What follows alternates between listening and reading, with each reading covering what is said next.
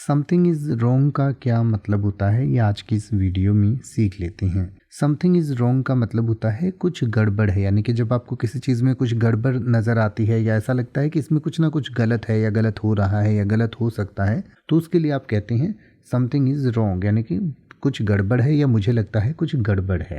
यानी कि the statement something is wrong is a general expression used to convey that there is an issue, problem और concern, but it doesn't specify what the problem is. It serves as a signal that attention is needed to address an issue or to investigate a situation further.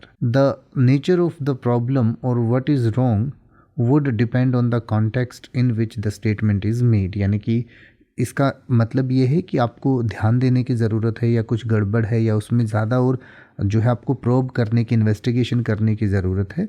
और ये depend करता है कि किस context में कहा गया है। यानी कि मान लीजिए आप कोई प्रोजेक्ट संभाल रहे थे, उसमें आपको लगता है कि कुछ गड़बड़ है या आपने कुछ लिखा है, उसमें कोई कहता है समथिंग इज़ रॉन्ग, तो इसका मतलब जो आपने लिखा है या जो आपने कहा है उसमें कुछ ना कुछ गड़बड़ है।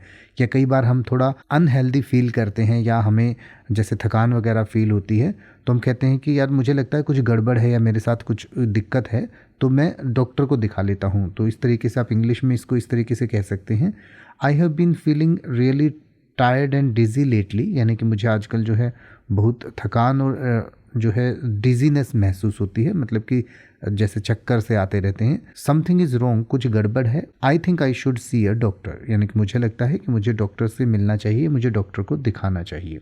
अब आप ऐसे ही किसी भी वर्ड का मतलब हिंदी और इंग्लिश में YouTube पर सर्च कर सकते हैं। आपको मेरी वीडियो मिल जाएगी जिसमें आप बिना किसी फालतू बकवास के सीधा उस वर्ड का मतलब समझ पाएंगे। तो ऐसी ही वीडियोस को देखते रहने के लिए चैनल को सब्सक्राइब करें और बेल आइकन को प्रेस करें।